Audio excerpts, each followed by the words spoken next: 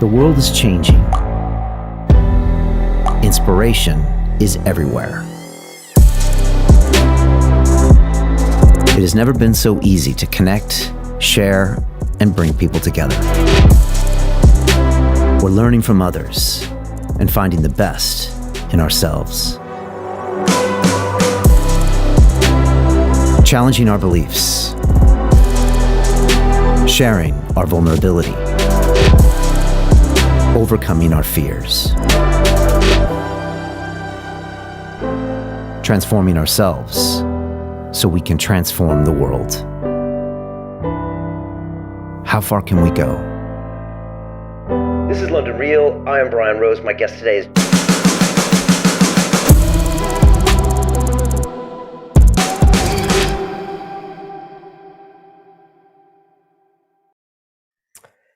This is London Real. I am Brian Rose. My guest today is Dr. Gabor Maté, the physician, trauma expert, international speaker, and best-selling author.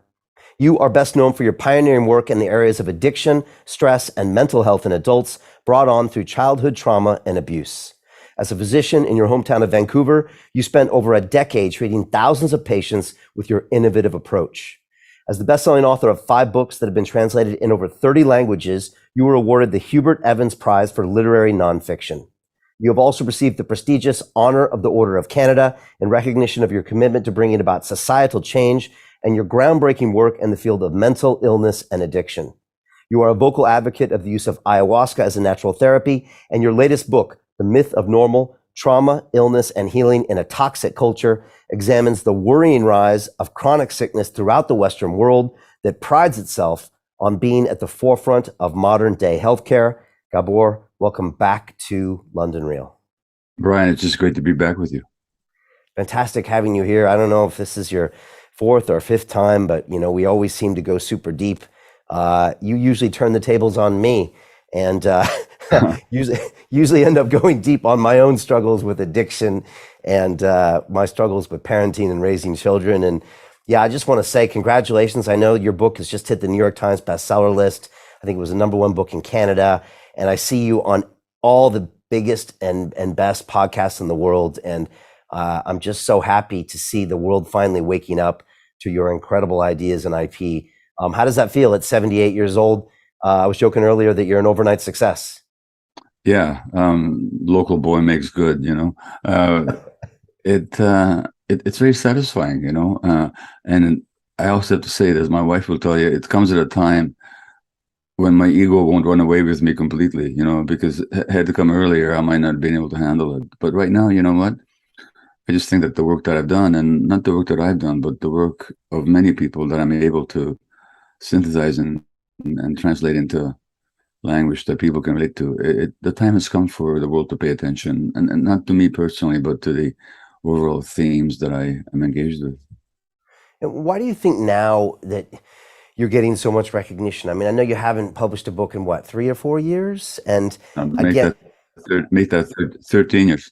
Oh, 13 years! Wow, since you published. And again, I think you and I were talking earlier. People know your material through conversations you've had on independent media, including our show over the years. Maybe they were waiting for a good reason to have you on, and then you have this groundbreaking book that you've spent so much time on and co-wrote with your son. Was this just kind of a perfect storm for finally you being out in the open and being in the front pages? Well, I think quite beyond me, in the last 10, 15 years, there's been increasing awareness on the part of more people that something is fundamentally wrong. As a society goes into crisis, which Western society clearly is facing, more people start looking for answers. They start looking for the roots of problems rather than just, how to deal with the symptoms. And so my work has coincided with that. And so, when you say perfect storm, then in the aftermath of the COVID epidemic, which I know you've covered from various angles, people are hurting. People are, should we go back to the normal? But then people say, well, what was the normal before? Wasn't so good, was it? So I think more people are asking questions. And so anybody who has some degree of answers and wants to delve into the deeper issues, like myself, we get some attention now. Yeah. And you mentioned COVID. I think the last time you were on was April 2020. Everything was just starting to happen. You were in that room, I remember. We had never done Yeah, a remote episode before. Usually you're in London, in my yeah, studio in the chair right across from me. And you were talking about what you were trying to deal with there in Vancouver. And I know that was also a chance where you canceled all your travel arrangements and you actually had the chance to work on this book, and also absolutely. see maybe all this additional trauma going on in the world because of all of that lockdown. Maybe talk a little bit about that and then jump into the book. I mean, the Myth of Normal really talks about these chronic disorders and these mental disorders that now seem to have become normalized. But if you look back 100,000 years ago, it wasn't necessarily what we were experiencing as hunter gatherers, was it? No, it wasn't.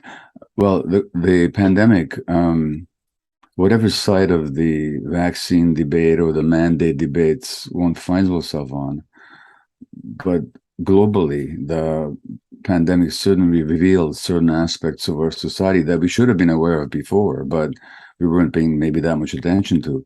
For one thing, didn't it just teach us how important human contact and communal uh, presence is?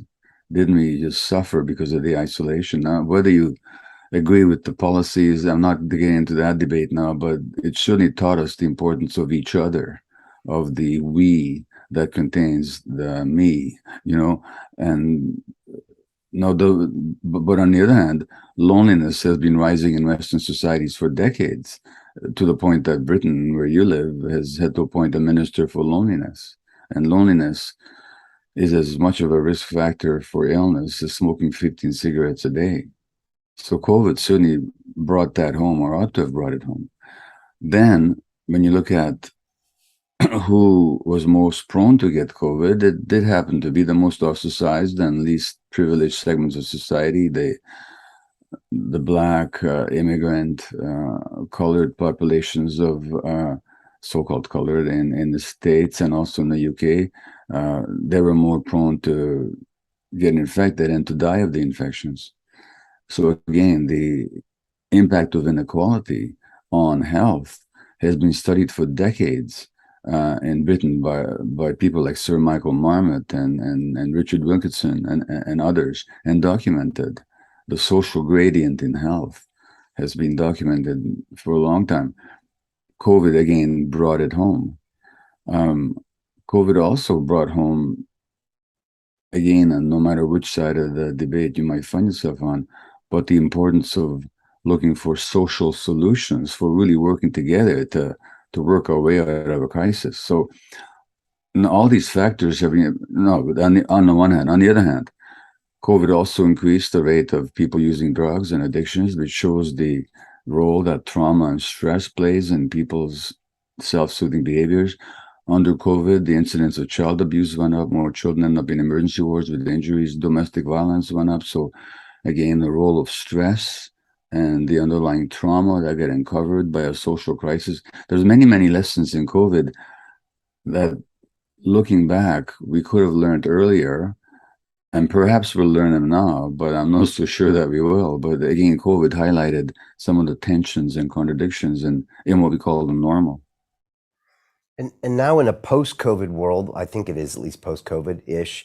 Like, what are some of the glaring issues that we're facing? Is it something like the teenage mental illness and suicide issues? What are the big things on your radar that really you want to talk about with a book like this to get people's attention that something's not right here, something's not normal? Well, you began your question by referring to teenage mental health. The number of children being diagnosed with all manner of mental health conditions is going up on both sides of the Atlantic. The New York Times, I think 4 weeks ago now, as we speak today, had a front page headline article about a teenager who was on 10 different psychiatric medications, if you can believe it. 10. 10. That's inexcusable.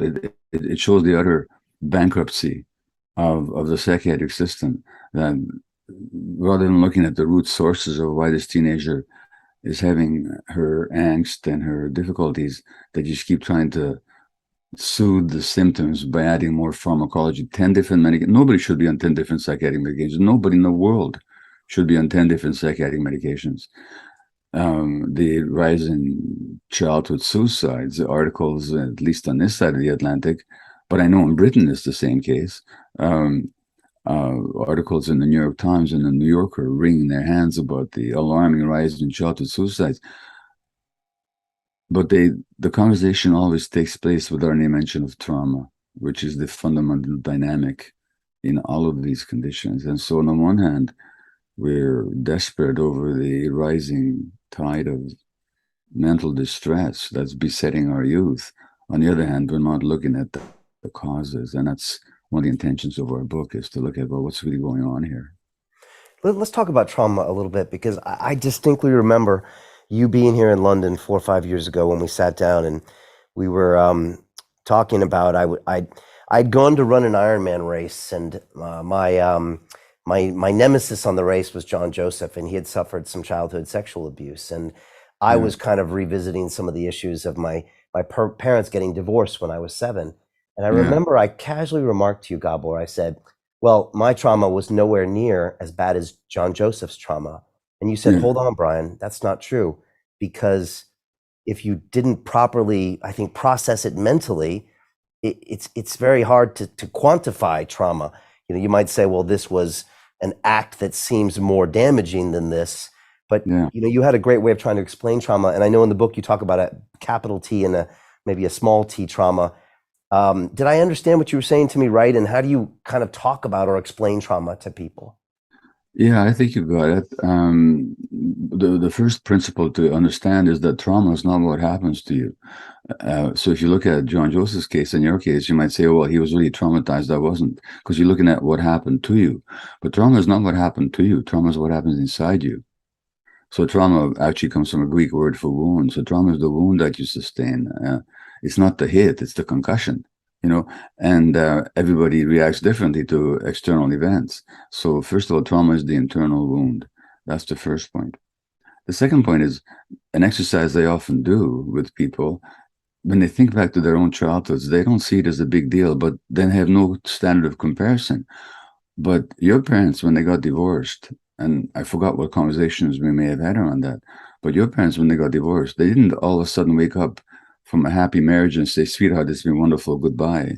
There would have been years of tension, and maybe, I don't know what happened in your family, but I mean, I know what happened in my marriage, and there's a lot of tension in a home which ends in divorce. Now, if you take one of your children and plug them, just imagine with your home, with your spouse, that same degree of tension or rancor, unhappiness that led to your parents' divorce. And imagine one of your children living in that environment for years. Would you still dismiss it as no big deal? Clearly you would say, this child, I wouldn't want my child to go through that degree of difficulty. So we tend to dismiss our own experience as irrelevant when we compare it to others. But there's no comparing trauma, because trauma is not what happens. It's the wound that you sustain inside. And when you mention the small t and the big T, sexual abuse is what you call a big T trauma. That just really hurts. But you can have the wound sustained, especially by sensitive kids, in homes where nobody abused them, but they didn't meet their needs for emotionally being seen and understood. Maybe they had to deal with a parent who was depressed, or a parent who was just emotionally unavailable, like I was to my kids, and those kids are still wounded. So again, trauma is that wound. It's not the event. And from that point of view, it's almost irrelevant. Although I do delineate the big tree from the small tree, in practice, the degree of wounding, it's almost irrelevant to make those distinctions. Yeah, you really taught me that, because when my parents got divorced when I was 7, I didn't really have anyone to talk to about it at the time. Therapy wasn't a Yeah. thing. There were, nothing online, obviously, back then. And I think I Yeah. was just left to kind of stew in my own, whatever, my own issues. And my personality was different than my brother, who was 2 years older than me, than my sister, who was 4 years younger than me. We all dealt with it in our own way. And for me, it was just to believe that I could never trust anybody in the world, that it was just going to be me against everything else. I had to be self-reliant. I couldn't rely on anybody. No, so just imagine for a moment one of your children in that situation. how your heart would break for them, and that was your situation, and it's the situation of a lot of children in our society. Yeah. And so those the big T's, but those small T's can be there without us necessarily knowing, and they can add up over time, right? That neglect or that low level of criticism can just add up over time to where obviously that's being manifested in what we see today by these large scale societal symptoms that you're observing. Well, when you talked about your sense that you can't trust anybody, you can't trust the world. I mean, that's devastating for a child. Now project that into the COVID crisis, and all the mistrust and all the suspicion and all the rancor, I mean, on all sides. To me, it didn't just speak about the urgency of the issues being discussed. It's also talked about who was doing the discussing. A lot of people who didn't trust, but the lack of trust. Now, there's all kinds of good reasons not to trust governments and corporations and so on. I mean, I talk about that in the book, there's all kinds of, overall, I don't have a conspiracy theory view of the world, but there certainly are conspiracies that we know this all the time. People telling us lies and selling us stuff we don't need and telling us it's good for us when it's bad for us, all this kind of stuff. But at the same time, a lot of the suspicion and rancor that I saw on the COVID debate, I was seeing the impact of childhood trauma, where people just couldn't even consider another point of view, no matter from what side, and just the suspicion, well, if a child is given the sense early that the world is not trustworthy, that's going to show up in politics. That's going to show up in our social discourse. Right. So I see what you're saying. It was almost like the COVID perturbed the system. And from that tremor, you could see the embodiment of perhaps decades of trauma on a society, on the world. And now you could see these reactions that just didn't seem logical, normal. But we had never had a society this traumatized. And so that's one of the, I guess that's what you witnessed when you saw that. That sums it up. I remember reading about a pastor and about podcaster in Florida, who apparently has got hundreds of thousands of followers. And he believed that the vaccine was a conspiracy by the Clintons and Bill Gates to introduce a microchip into people's circulations just to control them. Okay. Now, if this guy went to a doctor and said, I believe that there's a conspiracy to put a microchip into my circulation so that I could be controlled, he'd be diagnosed as a paranoid schizophrenic. But when you put it into the COVID debate, it sounded plausible to a lot of people. Now, it's not that I put conspiracies past the Clintons or the Gates or anybody, anything is possible in this world. But for one thing, I don't think they have the technology yet to introduce microchips into people's circulations through a vaccine, on a most basic level. But when I thought about that man who had that theory, I thought, well, at some point, from an emotional point of view, it makes sense, because I'm pretty sure that at some point, he probably was very small and very helpless, and people were controlling him in a way that was harmful to him. In other words, he was projecting into the political debate a personal experience of trauma, not realizing that that's what he's doing. So that, to me, there's always a kind of emotional sense behind even the most fanciful ideas, that even if the content of the ideas seems self-evident nonsense, the emotional contact, I think, comes from trauma. Okay. Yeah, you mentioned medication earlier, and I'd love to talk about it. I think you said at one point that 70% of all adult Americans are on a medication. Something like 70% are at least on one medication, yeah. And 40% are on two or more. That's the statistic that I saw from the Mayo Clinic, I think. What do you make of that? And as a doctor yourself, what is the right amount? What is the solution? What is the future? What does that tell you? So we can look upon pathology as individual misfortune or genetic inheritance. But that doesn't explain why I think the rising rate of people on medications, because genes don't change over a short period of time. Now, if you put aside the issue of individual pathology, and if you say, well, what's going on in a society, then you have to understand the scientific basis. This is not fancy. This is not intuition. It's not conjecture. People are actually biopsychosocial creatures. That means that our biology is very much affected by our psychology. And needless to say, our psychology cannot help be affected by our social relationships from in utero onwards. So we already know from lots of studies that the emotional states of the mother while she's carrying the baby has an impact on the brain development of the fetus and on the future physiology of the infant. You can trace this for decades after the pregnancy itself. So, in other words, the emotional states of the mother affect the physiology of the infant, but the emotional states of the mother are obviously connected to her social situation, her economic status, her own family history, her own history of trauma, her own race, and so on. So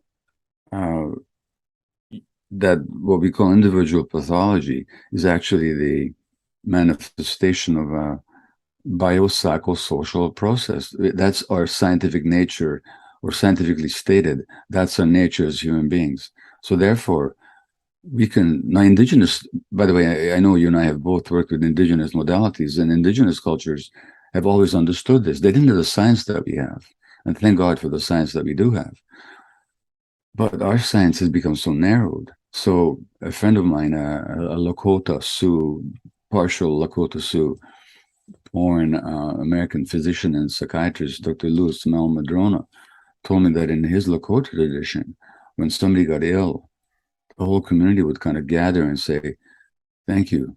Your illness manifests some imbalance in the whole community, so that you're not alone in this, and your healing is our healing. And from a scientific point of view, that's absolutely true. It's just that Western medicine ignores both that traditional wisdom and all the science that proves that traditional wisdom. So really are biopsychosocial creatures.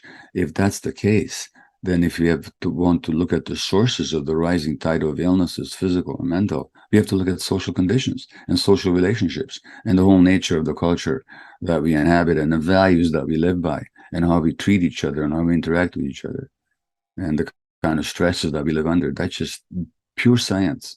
And again, I cannot emphasize the frustration sometimes that looking at the gap between